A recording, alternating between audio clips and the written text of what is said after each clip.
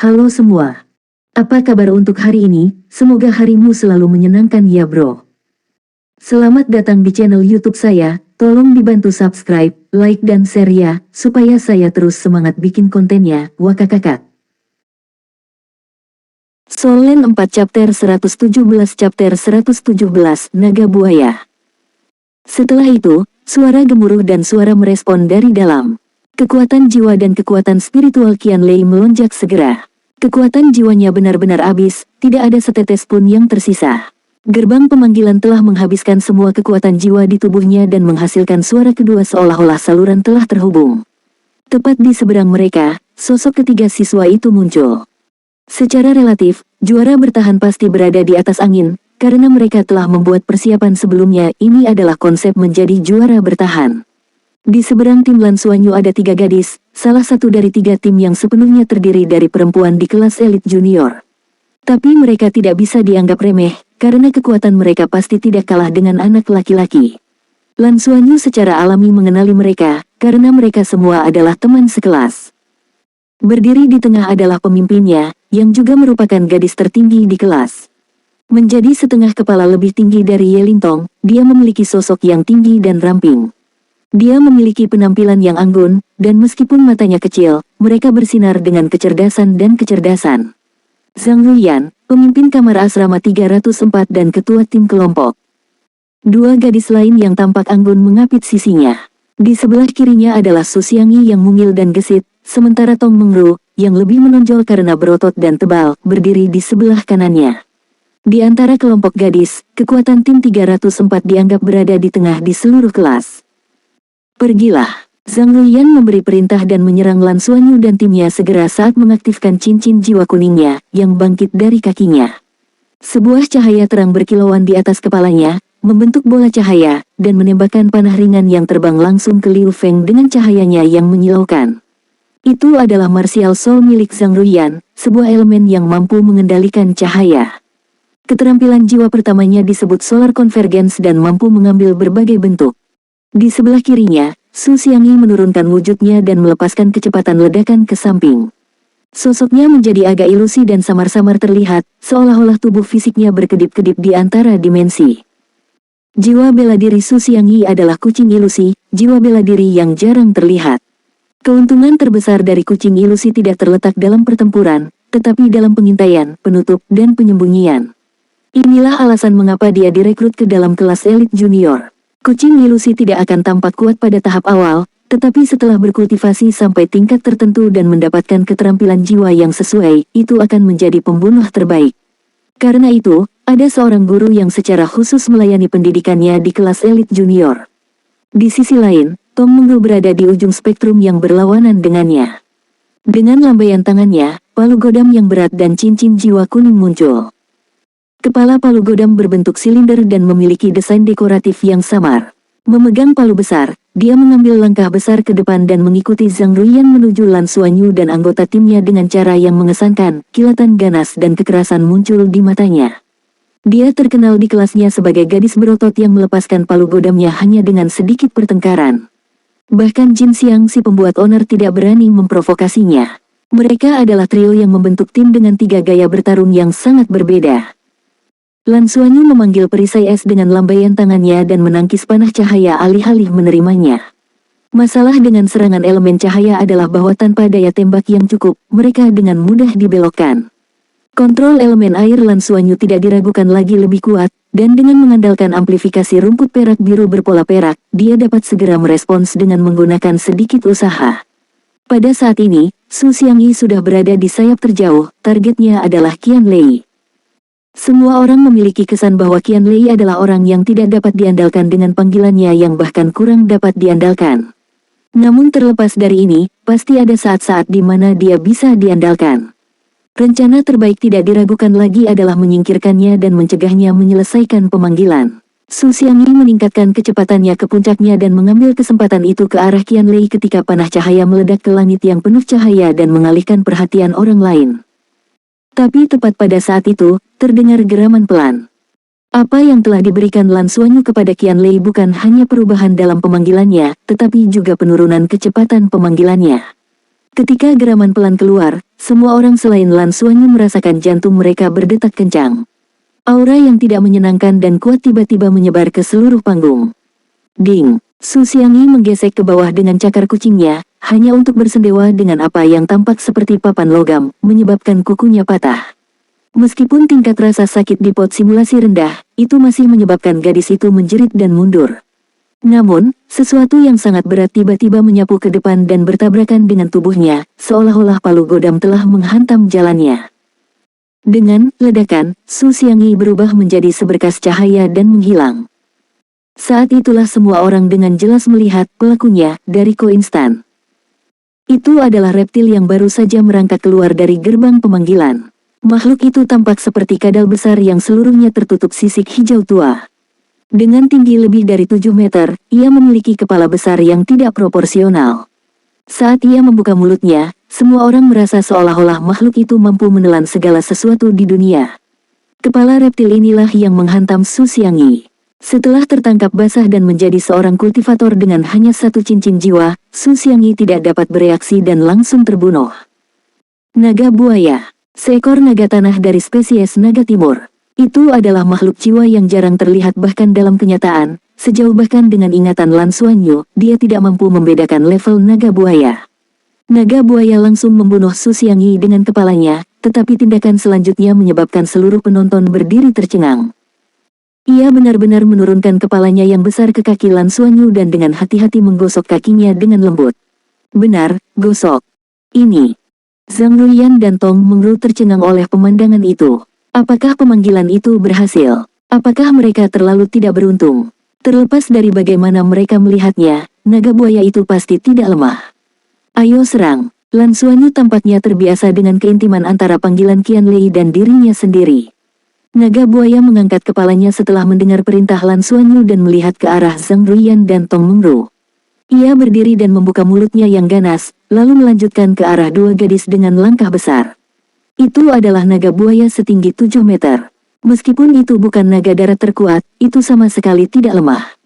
Bagaimanapun, itu memiliki jejak darah naga sejati yang mengalir melalui nadinya. Segera setelah itu terhuyung-huyung, udara di sekitarnya menegang. Pada titik ini, kualitas batiniah dari kelas elit junior menjadi jelas. Jika itu adalah master jiwa lain pada usia yang sama, mereka akan takut tidak bisa bergerak saat menghadapi naga buaya yang ganas. Namun, Zhang Ruiyan dan Tong Mengru langsung merespon.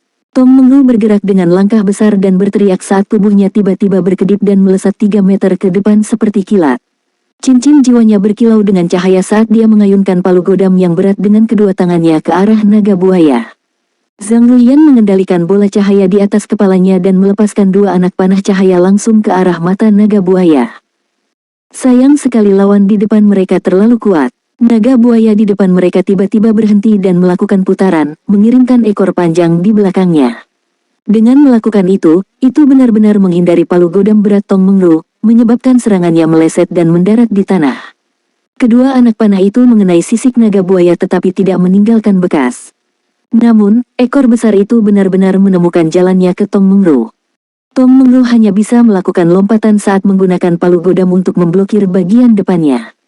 Tetapi pada saat berikutnya, seluruh dirinya tersapu, bersama dengan palu godam. Qianlei tertawa. Makhluk panggilannya terkait dengan pikirannya. Serangan balik buaya-buaya dilakukan di bawah kendalinya. Naga buaya mengabaikan Tong Mengru dan menerkam Zhang Ruiyan. Hujan panah ringan turun, tetapi mereka tidak mampu mematahkan pertahanan naga buaya. Dengan teriakan, Zhang Ruiyan meninggalkan pertempuran. Yang tersisa hanyalah Tong Mengru, yang awalnya ingin menyerang Lan Xuanyu dan ketiganya dalam upaya untuk menghancurkan sebanyak yang dia bisa. Sayang sekali, dia bukanlah master jiwa tipe kelincahan dan naga buaya jelas tidak lamban. Pada akhirnya, itu menghalangi jalannya. Soul Land 4 Chapter 118. Chapter 118, berjuang sekali lagi. Tong Mengru benar-benar menakutkan selama beberapa detik sambil memberikan semua yang dia miliki untuk melawan naga buaya sebelum dibunuh. Dom 333 telah memenangkan pertempuran pertama. Naga buaya kemudian menghilang bersama dengan gerbang pemanggilan. Cahaya muncul dan mengelilingi Lan Xuanyu dan timnya, langsung memulihkan kekuatan jiwa mereka yang sedikit habis. Qian Lei duduk bersila tanpa ragu-ragu untuk memanfaatkan setiap detik yang dia miliki untuk memulihkan kekuatan spiritualnya yang habis. Sayangnya, para guru jelas tidak mau memberi mereka terlalu banyak waktu untuk istirahat. Kecemerlangan cahaya melintas saat tiga sosok muncul di seberang mereka. Qian Lei segera berdiri dan memulai pemanggilan keduanya. Gerbang pemanggilan muncul sekali lagi. Lan Xuanyu mundur mencengkeram tiang gerbang dengan tangan kanannya dan meningkatkannya dengan rumput perak biru berpola emas. Pada saat yang sama, tiga sosok di seberang mereka menjadi jelas. Melihat ketiganya, ekspresi Lan Xuanyu, Liu Feng dan Qian Lei menjadi aneh, meskipun ada beberapa kegembiraan dalam penampilan aneh mereka. Itu adalah Jin Xiang. Itu benar, berdiri di seberang mereka adalah Jin Xiang, yang konon dikatakan telah mencapai peringkat ke-18 dengan Flaming Bird Martial Soul-nya. Dia juga pembuat onar kelas yang sulit diatur. Jin Xiang bekerja sangat keras dalam 3 bulan, memungkinkan kekuatan jiwa untuk menembus peringkat 17 dan 18 berturut-turut. Tidak ada yang bisa mengantisipasi bentrokan yang tak terhindarkan antara kedua tim. Dua pemuda di sisi Jin Xiang adalah Tang Yuege dan Li Pengbin. Keduanya lebih rendah hati dibandingkan dengan Jin Xiang. Meskipun hubungan Jin Xiang dengan orang lain tidak terlalu bagus, dia memiliki ikatan yang kuat dengan teman sekamarnya dan terkoordinasi dengan baik. Kelompoknya satu peringkat di atas Zhang Ruiyan di seluruh kelas. Kira-kira di tempat keempat. Tentu saja, itu sebelum Dom 333 tiba-tiba bangkit. Ya ampun, musuh memang bertemu di jalan sempit. Kalian menyelinap menyerang kami terakhir kali ini kalian mati. Jin Xiang segera melepaskan sayap burungnya yang menyala-nyala saat mengumumkan kehancuran Dom 333. Mengambil langkah maju, dia segera terbang. Dia bisa melihat Qian Lei di tengah pemanggilan. Meskipun tidak ada yang tahu apa yang dia panggil, yang terbaik adalah mencegah pemanggilan itu berhasil. Pikiran mereka sama dengan tim Zhang Ruiyan. Tang Yuege dan Li Pengbin dengan cepat mengambil tindakan juga, melepaskan jiwa bela diri mereka sendiri. Tang Yuege mengangkat tangan kanannya dan pemandangan cahaya yang menyilaukan bermekaran, menghasilkan sepasang tombak pendek. Tanpa mengumpulkan kekuatan, dia mengayunkan tangannya dan melemparkan tombak pendek langsung ke arah Lan Xuanyu. Tombak pendek itu membelah udara sambil mempercepat dan muncul di hadapannya dalam sekejap. Meskipun jiwa bela diri Tang Yuege adalah sepasang tombak pendek, itu sebenarnya paling mahir dalam serangan jarak jauh. Dia telah mengaktifkan jiwa skill pertamanya, membelah angin. Skill jiwa meningkatkan kecepatan tombak pendeknya dan daya tembak lemparannya secara eksponensial. Jika lemparan telah diselesaikan dengan mengumpulkan lebih banyak energi potensial, kekuatan serangan itu akan menjadi lebih kuat. Tang Yuege dan Jin Xiang memiliki niat yang sama untuk mengganggu pemanggilan. Bukan hanya Lu Qianxun dan timnya yang menyadari bahwa kehadiran Lan Xuanyu telah mengubah kemampuan Qian Lei sepenuhnya, karena Jin Xiang dan yang lainnya juga memiliki penemuan yang sama. Oleh karena itu, pelarian langsung Jin Xiang dan lemparan Tang Yuege adalah bagian dari rencana mereka melawan teknik Lan Xuanyu dengan gerbang pemanggilan. Demi keadilan, tidak ada yang bisa menyaksikan pertempuran antara tim Lan Xuanyu dan Zhang Ruiyan. Tapi ini memberi tim Jin Xiang cukup waktu untuk merumuskan dan memperkuat rencana mereka. Dengan sepasang sayap hijau di belakang punggungnya, Li Pengbin melompat ke atas dan juga terbang ke langit bersama Jin Xiang. Jiwa bela dirinya, Rock Hijau. Dibandingkan dengan burung flaming Jin Xiang, Green Rock lebih mahir dalam terbang. Dengan cincin jiwa tunggal Jin Xiang, dia sebenarnya hanya bisa meluncur, tidak seperti kemampuan terbang Li Pengbin yang sebenarnya. Batu hijau terkenal karena terbang jarak jauh, dengan kemampuan rata-rata dalam pertempuran. Di antara jiwa bela diri tipe penerbangan, itu peringkat salah satu yang terbaik. Lampu hijau berkedip-kedip saat sosok hijau samar keluar dari tubuh Li Pengbin, itu berbentuk seperti burung. Setelah terbang keluar dari tubuh Li Pengbin, rasanya seolah-olah dia benar-benar membelah tubuh.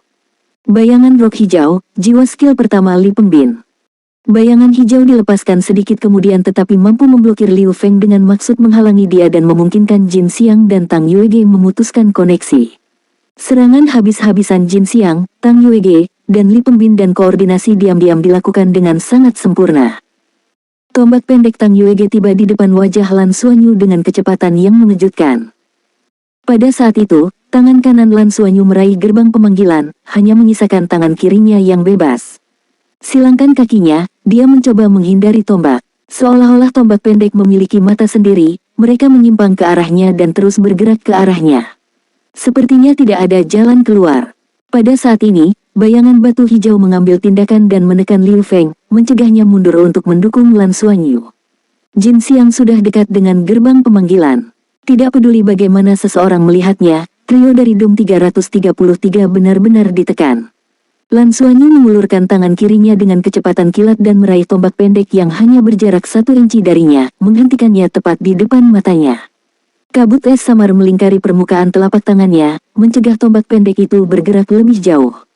Tang Yuege terkejut di dalam hati, karena dia benar-benar telah melemparkan tombak dengan seluruh kekuatannya dan bahkan melepaskan jiwa skillnya.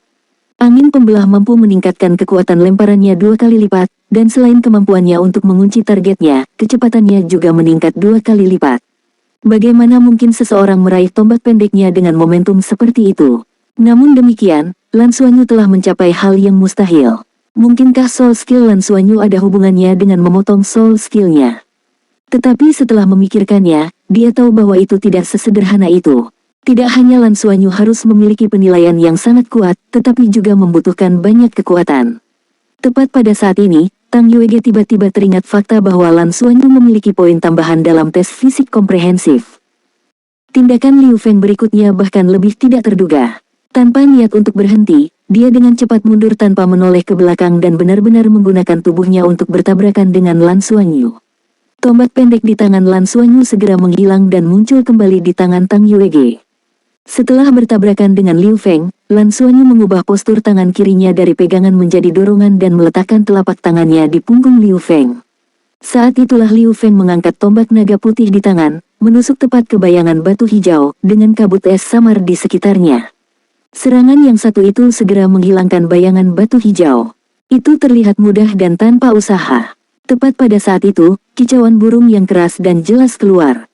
Sesosok melesat keluar dari gerbang pemanggilan dengan kecepatan begitu cepat sehingga tidak ada yang bisa memastikan apa itu. Itu terbang langsung ke udara menuju Jin Xiang, yang akan menyerang Qian Lei. Jin Xiang tidak menyangka pemanggilan akan begitu cepat dan tertangkap basah. Untungnya, dia memiliki pengalaman pertempuran yang cukup, dia memutar dirinya di udara dan melepaskan sayap Flaming Bird.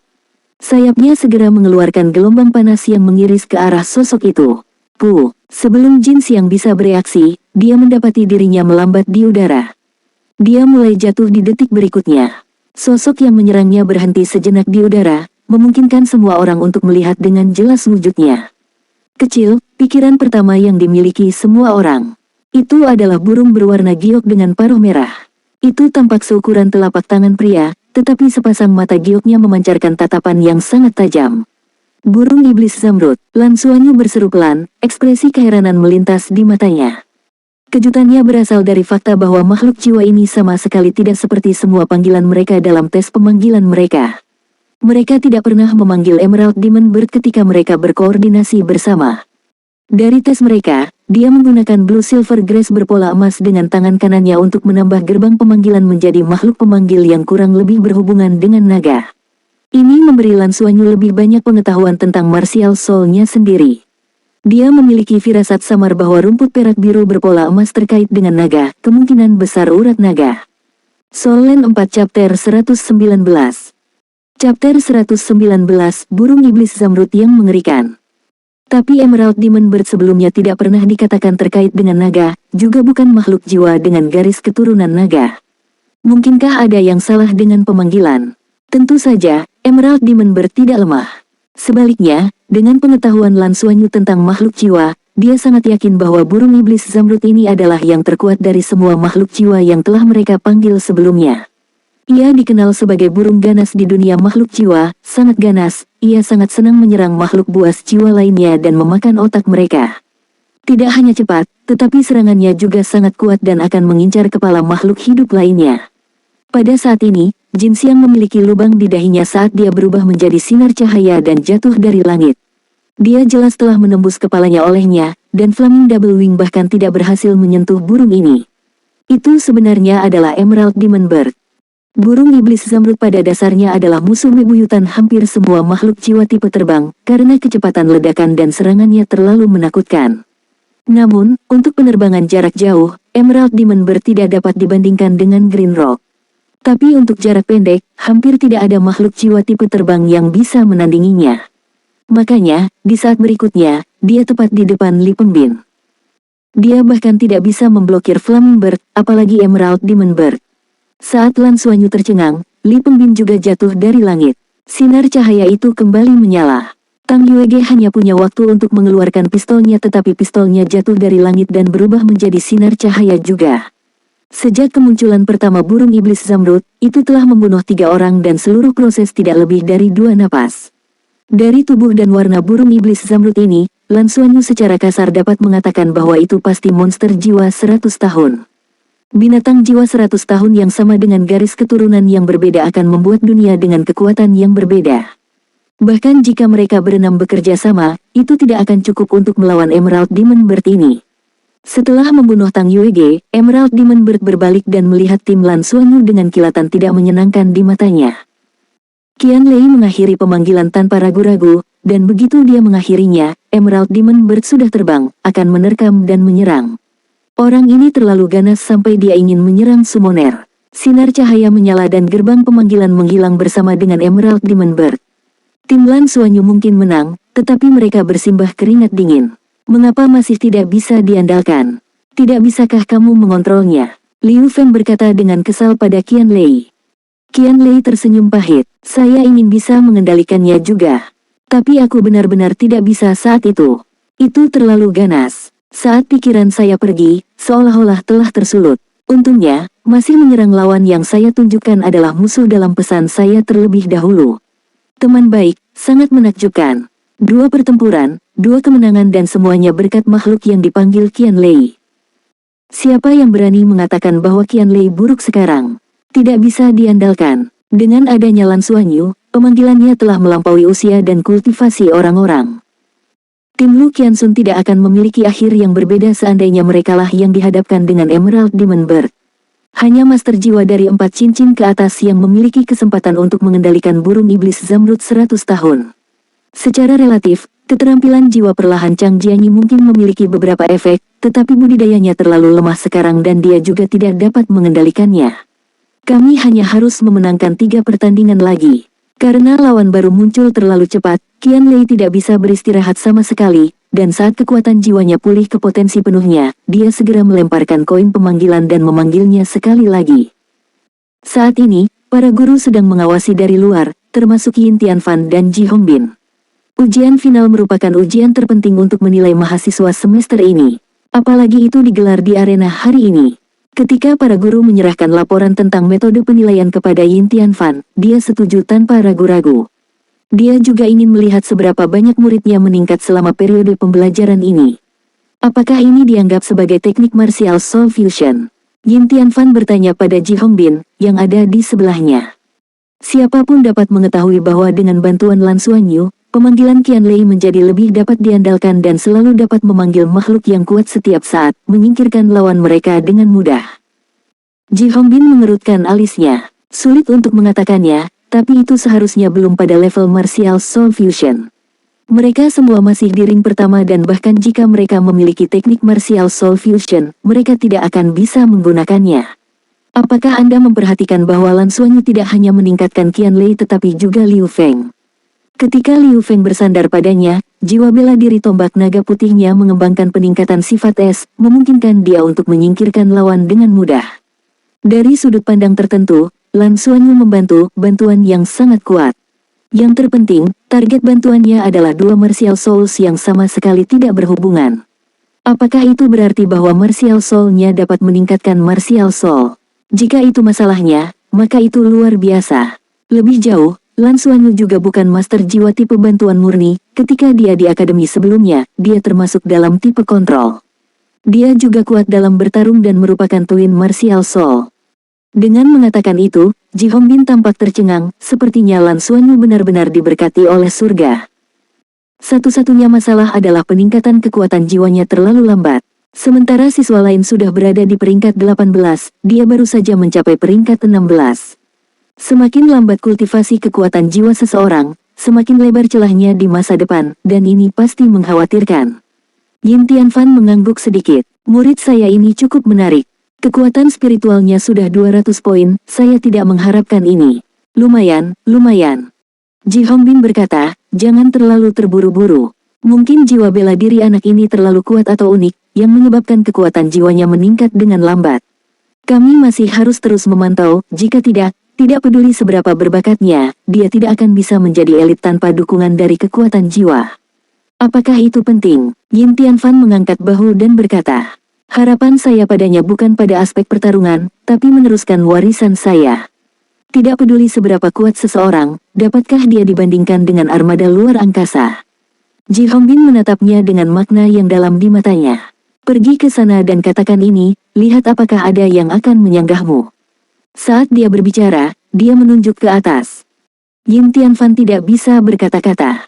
Maksudku dalam kondisi normal, kekuatan spiritual Suanyu meningkat begitu cepat, saya pikir dia mungkin bisa mencapai alam roh laut ketika dia berusia 12 tahun, mungkin memenuhi syarat untuk menjadi kapten yang berkualifikasi. Menurut kecepatan perkembangannya, dia bisa menjadi komandan armada pada saat dia berusia 30 tahun. Jika dia bisa lulus ujian masuk, garis waktu ini akan jauh lebih singkat. Yang terpenting, anak ini memiliki kualitas psikologis yang baik dan ketahanan terhadap tekanan. Saya sangat puas dengannya dalam aspek-aspek ini. Dia menunjukkan bakat luar biasa di usia yang begitu muda. Ji Hongbin menatapnya dengan curiga dan senyum langka muncul di wajahnya. Fatih, bagaimana dengan masalah yang kita diskusikan sebelumnya? Yin Tianfan tersenyum tetapi ekspresinya tampak sangat ramah. Old Ji, jika Anda berpikir untuk merebut anak itu untuk diri Anda sendiri, tidak ada lagi yang bisa dikatakan. Kamu benar-benar rubah tua yang licik, kata Ji Hongbin dengan putus asa. Bakatnya akan sia-sia jika dia mengikutimu. Tidak bisakah Anda tahu betapa uniknya martial soul-nya?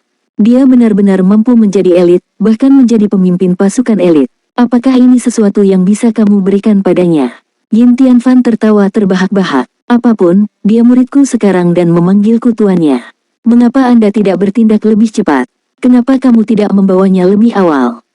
Aku, Ji Hongbin menyadari bahwa dia bukanlah lawan gendut ini dalam hal pertengkaran. Dia sebelumnya adalah iblis rubah generasi, Soul Land 4 Chapter 120. Chapter 120, kemenangan berurutan, mereka menang lagi. Seruan para guru bisa terdengar. Benar saja, ketika Ji Hongbin dan Yin Tianfan sedang berbicara, Lan Xuanyu dan timnya memenangkan pertandingan lain. Kali ini mereka mengalahkan salah satu tim dengan peringkat lebih rendah di kelas elit junior, mengandalkan pemanggilan Qian Lei seperti sebelumnya. Dia memanggil naga lapis baja merah, dan berkat nafasnya yang membara, itu menekan lawan dan mereka tidak dapat bertarung, memungkinkan tim Lan Xuanyu untuk mengklaim kemenangan. 3 pertempuran, 3 kemenangan. Setelah memenangkan pertandingan ini, Qian Lei langsung duduk bersila di tanah dan mulai bermeditasi. Dalam rencana awal mereka, Qian Lei seharusnya dapat menyelesaikan 4 panggilan tetapi sesuatu yang tidak terduga terjadi selama pemanggilan kedua, tidak hanya burung iblis Zamrud yang sulit dikendalikan, itu juga menggunakan banyak kekuatan spiritual Qian Lei. Juga, ketika dia mencoba untuk mengendalikannya, dia menggunakan lebih banyak kekuatan spiritual. Oleh karena itu, setelah menyelesaikan 3 panggilan, Qian Lei telah menghabiskan semua kekuatan spiritualnya. Rencana tidak dapat mengikuti perubahan.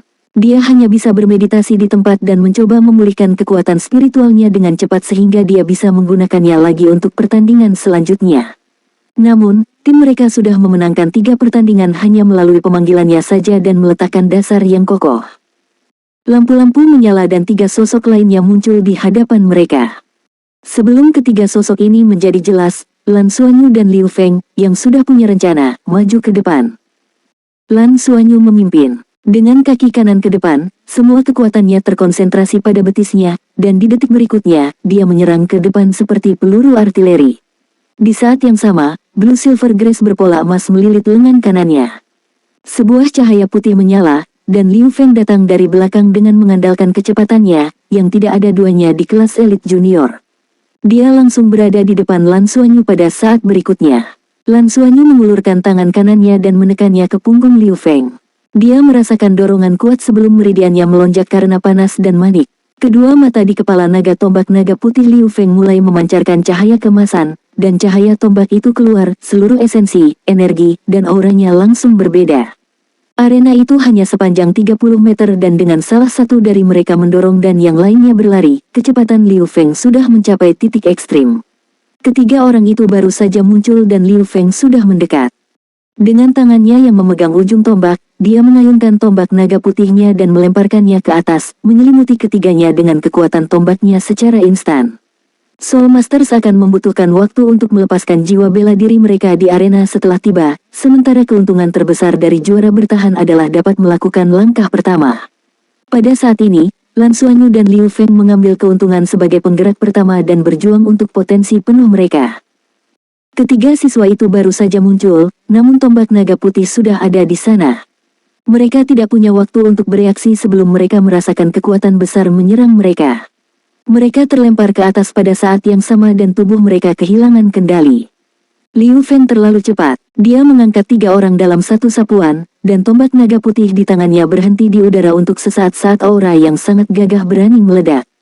Tombak naga putih menghantam ke bawah dan menjadi seberkas cahaya saat jatuh dari langit. Sasarannya adalah siswa di tengah. Setelah tersapu oleh tombak naga putih, ketiga siswa ini bahkan tidak memiliki kesempatan untuk melepaskan jiwa bela diri mereka, jadi bagaimana mungkin mereka bisa memblokir serangan ini dari Liu Feng?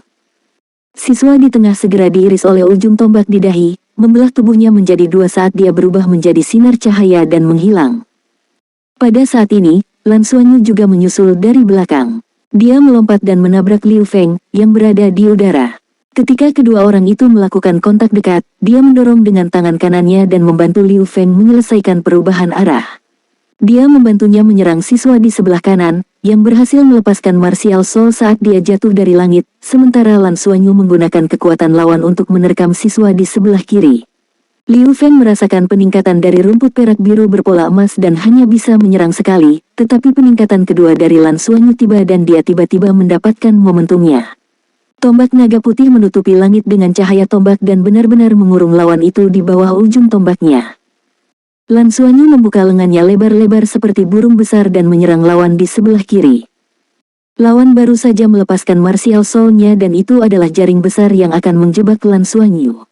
Namun, Lan Xuanyu menekan tangan kirinya ke bawah dan membentuk pusaran air. Kekuatan hebat dari rotasi menyebabkan jaring besar itu terjebak di pusaran, dan di saat berikutnya, tinju kanannya turun dari langit. Ini adalah tinju yang berisi kekuatan dari meridiannya dan kekuatan dari seluruh tubuhnya, yang dipicu oleh Blue Silver Grace berpola emas. Ledakan. Tinjunya mendarat di tengah jaring besar tempat siswa itu berada. Dia menabrak bahu lawan, yang berada di belakang jaring, dengan tekanan luar biasa. Suara patah tulang bergema, dan tinju Lan Xuanyu menghancurkan lawannya ke tanah. Duri es dari tangan kirinya menembus jaring besar dan mengakhiri pertempuran. Di sisi lain, di bawah cahaya tombak Liu Feng, lawannya tertangkap basah dan juga tertusuk. Dia penuh dengan luka menganga dan dibiarkan dengan luka yang sangat dalam sehingga tulangnya bisa terlihat. Tamat. Dari awal sampai akhir, pertempuran ini bahkan lebih cepat daripada pemanggilan Qianlei sebagai kekuatan tempur utama mereka sebelumnya.